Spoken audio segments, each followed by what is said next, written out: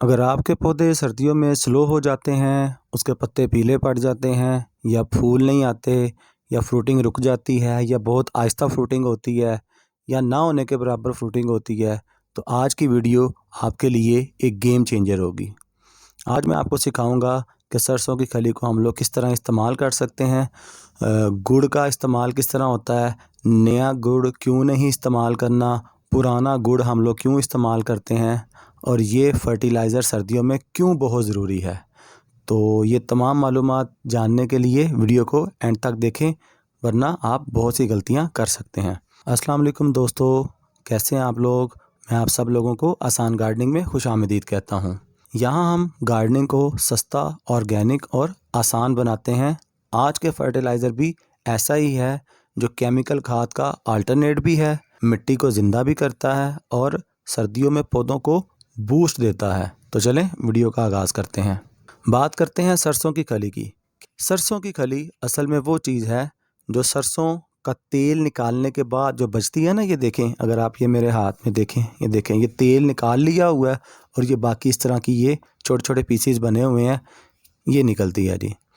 इसमें कुदरती तौर पर बहुत सी चीज़ें शामिल होती हैं, न्यूट्रिएंट्स होते हैं, इसमें नाइट्रोजन होती है, इसमें पोटाश होती है, इसमें ऑर्गेनिक मैटर होते हैं। नाइट्रोजन जैसे कि आपको पता है कि जनाब पत्ते की ग्रोथ के लिए बड़ा ज़रूरी होता है जी। पोटाश जो है वो ओवरऑल जो है ना, वो जड़ों को मजबूत करती है। और जो ये इसके अंदर एक ख़ास तरह का ऑर्गेनिक मैटर होता है जो कि जो ज़मीन को, जो मिट्टी को हेल्थ देती है। लेकिन याद रखें कि सरसों की खली बहुत पावरफुल होती है। अगर आप इसे गलत तरीके से इसका इस्तेमाल करेंगे तो ये पौधों को थोड़ा नहीं बहुत ज़्यादा नुकसान भी पहुंचा सकती है। सरसों की खली में इस्तेमाल करने का गलत तरीका, ये वो गलतियां हैं जो 90% लोग करते हैं और फिर बाद में कहते हैं जी हमारे प्लांट्स जो है ना वो जल गए हैं, यूट्यूबर्स ने ये बताया था। तो मैं ये जो आपको बात बता रहा हूँ पूरे ईमानदारी से, और मैंने इसका खुद से तजर्बा किया हुआ है कि ये चीज़ें आपने नहीं करनी। कभी भी आपने सरसों की खली को सीधा या डायरेक्ट अपने पौधे की सॉइल में नहीं मिलाना। इसके साथ साथ आप रोज़ रोज़ या हर हफ्ते इस तरह का काम नहीं करना। कोई भी फर्टिलाइज़र आपने रोज़ रोज़ नहीं देना या एक हफ्ते के बाद नहीं देना। हर फर्टिलाइज़र की एक ख़ास तरह की डोज़ होती है जो हमने ख़ास टाइम के बाद देनी होती है। अगर हम उसको जल्दी रिपीट कर देंगे तो पौधा जल जाएगा। ये वो गलतियां हैं जो 90% लोग कर रहे होते हैं, जैसे कि वो सरसों की खली को बिल्कुल डायरेक्ट सॉइल के अंदर जो है ना वो रख देते हैं जी, डाल देते हैं। या फ्रेश प्लांट है, बिल्कुल नया नया छोटा सा प्लांट है, उसके अंदर डाल दिया। या जनाब रोज़ाना की बुनियाद पर आपने उसको सरसों की खली डालनी शुरू कर दी या हफ्ते हफ्ते बाद डालना शुरू कर दी। अब इससे होगा क्या, अगर आप ये काम करेंगे तो ऑब्वियसली इसके आपको बैड रिज़ल्ट्स मिलेंगे। बैड रिज़ल्ट्स में सबसे पहला रिज़ल्ट ये आएगा कि पौधे की जो जड़ें हैं वो जल जाएंगी। सॉइल गर्म हो जाती है जिससे प्लांट जो है ना वो स्ट्रेस में चला जाता है। तो इसलिए आपने सरसों की खली का डायरेक्ट यूज़ कभी भी नहीं करना। अब बात करते हैं कि सरसों की खली को इस्तेमाल करने का दुरुस्त तरीका क्या है। सरसों की खली को हमेशा लिक्विड फर्टिलाइज़र बनाकर यूज़ करें। आपने कभी भी इसको डायरेक्ट इस्तेमाल नहीं करना, आपने इसको लिक्विड फॉर्म में बना के फिर इस्तेमाल करना है। अब यहाँ बात करते हैं कि जी पुराना गुड़ जो है उसका क्या किरदार है। पुराना गुड़ कोई मीठी चीज़ नहीं है, जैसे कि नाम पता चल रहा है जी गुड़ है तो गुड़ मीठा होगा, नहीं, ऐसी बात नहीं है। जो पुराना गुड़ होता है उसके अंदर माइक्रोब्स का फूड होता है, एक ख़ास उसकी खुराक होती है। अब ये करता क्या है जी, ये सॉइल के जो मिट्टी के अच्छे बैक्टीरिया है ना उसको एक्टिवेट कर रहा होता है। सरसों की खली को स्लो और सेफ तरीके से तोड़ता है। ये ख़ास एक उसका एक मेथड है जिसके साथ अगर हम ये न्यूट्रिएंट या पुराना गुड़ शामिल कर देंगे तो वो आहिस्ता आहिस्ता उसको डिकम्पोज करता है।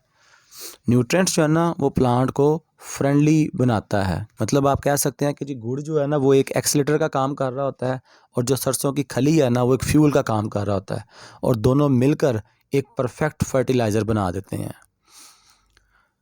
एक बात मैं आपको बताता चलूँ जो कि बड़ी इंपॉर्टेंट है कि आपने कभी भी नया या फ्रेश गुड़ इस्तेमाल नहीं करना।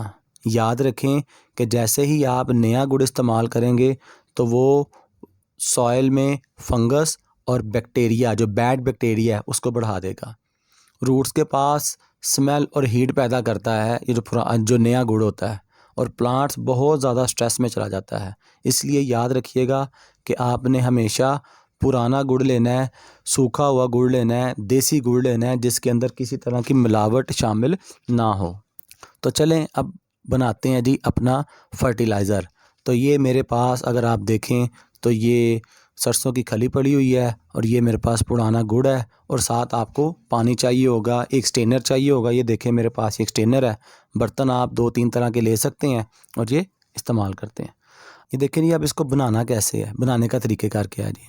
आपने सबसे पहले 2 चम्मच सरसों की खली, जैसे ये अंदाजे के साथ थोड़ी सी, क्योंकि मैं कम मिकदार में बनाने लगा हूँ आपको बताने के लिए, आप अपनी ज़रूरत के मुताबिक इसको ज़्यादा या कम कर सकते हैं। तो देखते हैं जी, 2 चम्मच सरसों की खली, ये देखें जी मैंने 2-3-4 पीसीज जो है ना वो एक ग्लास के अंदर जो है ना वो डाल दी हैं।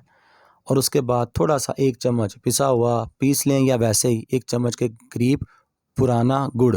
और आप ये देखें मेरे पास ये गुड़ जो है ना ये बहुत पुराना है। आप किसी भी शॉप से जाके, जहाँ से जानवरों का चारा मिलता है, वहाँ से ये आपको बड़ी आसानी से मिल जाएगा। ये देखें मैंने पुराना गुड़ ऐड किया है, और इसके साथ साथ मुझे पानी चाहिए होगा। अब ये मैं आपके सामने जिसको बनाता हूँ, अब ये देखें ये ग्लास के अंदर मैंने ये पानी डाल दिया जी। पानी डालने के बाद क्या कर रहा हूँ जी, सरसों की खली जो है ना ये मैंने ये ऐड किया है इसमें। ये मैंने क्योंकि थोड़ी मिकदार में बनाना है, तो मैंने कुछ इसके अंदर जो है ना वो उसके टुकड़े ये मैं ऐड कर रहा हूँ। इसके बाद जिस तरह मैंने बताया था कि ये थोड़ा सा मेरे पास ये गुड़ पड़ा हुआ है, गुड़ को मैंने इसके अंदर ऐड कर दिया। अब इसको अच्छी तरह मिक्स कर दें।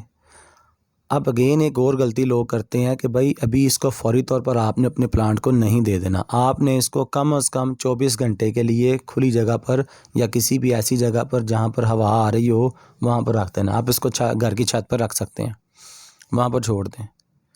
और अगर हो सके तो इसको एक दफ़ा ज़रूर हिला दें। याद रखें कि जितना ये खाद को वक़्त मिलेगा उतनी ये खाद अच्छी हो जाएगी। मैं ये रिकमेंड करूँगा कि आप इसको 24 से 72 घंटे तक इसको खाद को बनने दें, और हर 12 से 14 घंटे के बाद इसको एक दफ़ा हिला दें। अब ये फर्टिलाइज़र तैयार हो गया। अगर आप इसका कलर देखें तो ये आपको नज़र आएगा जनाब कि बिल्कुल ये सारी चीज़ें इसके अंदर हल हो गई हुई हैं। हल्का सा स्मेल ही होता है, लेकिन ये कोई ऐसी नागवार स्मेल नहीं है जो आपके लिए प्रॉब्लम करेगी। अब जी हमने इसको इस्तेमाल कैसे करना है। सबसे पहले जो मेन फर्टिलाइज़र है हमारा, ये आप देखें तो इसके अंदर ये सरसों की खली के जो है ना ये कुछ सीड्स मौजूद हैं। ये हमने इसको सबसे पहले स्ट्रेनर की मदद से स्ट्रेन कर लेना है।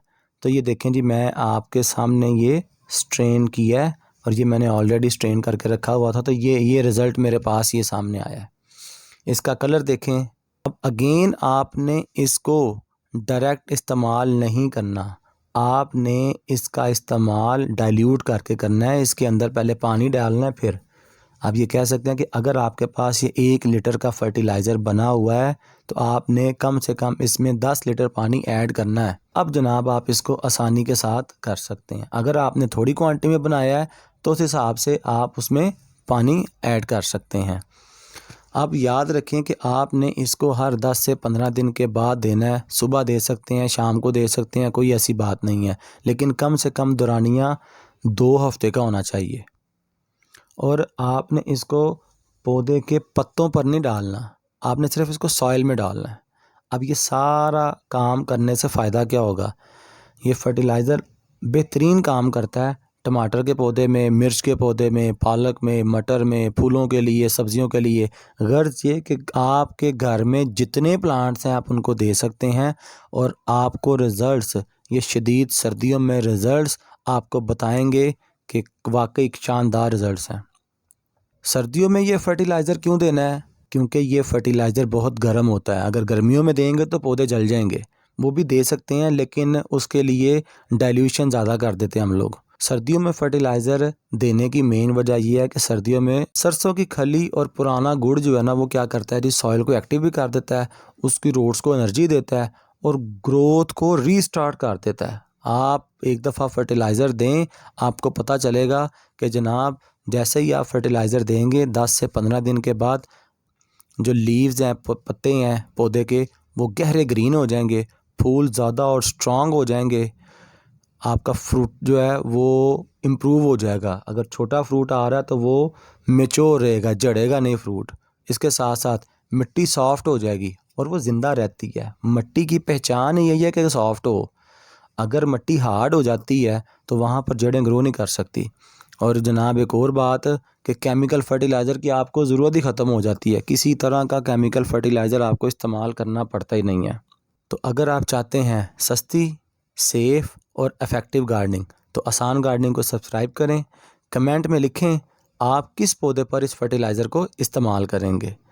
और याद रखें, पौधे लगाएं अपने लिए, अपनी नस्लों के लिए। उम्मीद करता हूं कि आज की वीडियो आपके लिए बड़ा फ़ायदेमंद होगी, इस उम्मीद के साथ कि आप इसको अपने प्लांट्स पर ट्राई करेंगे। नेक्स्ट वीडियो में मुलाकात होती है। अगर आपको ये वीडियो अच्छी लगी है तो अपने दोस्तों के साथ ज़रूर शेयर कीजिएगा, चैनल को सब्सक्राइब कीजिएगा। मिलते हैं अगली वीडियो में, तब तक के लिए अल्लाह हाफिज़।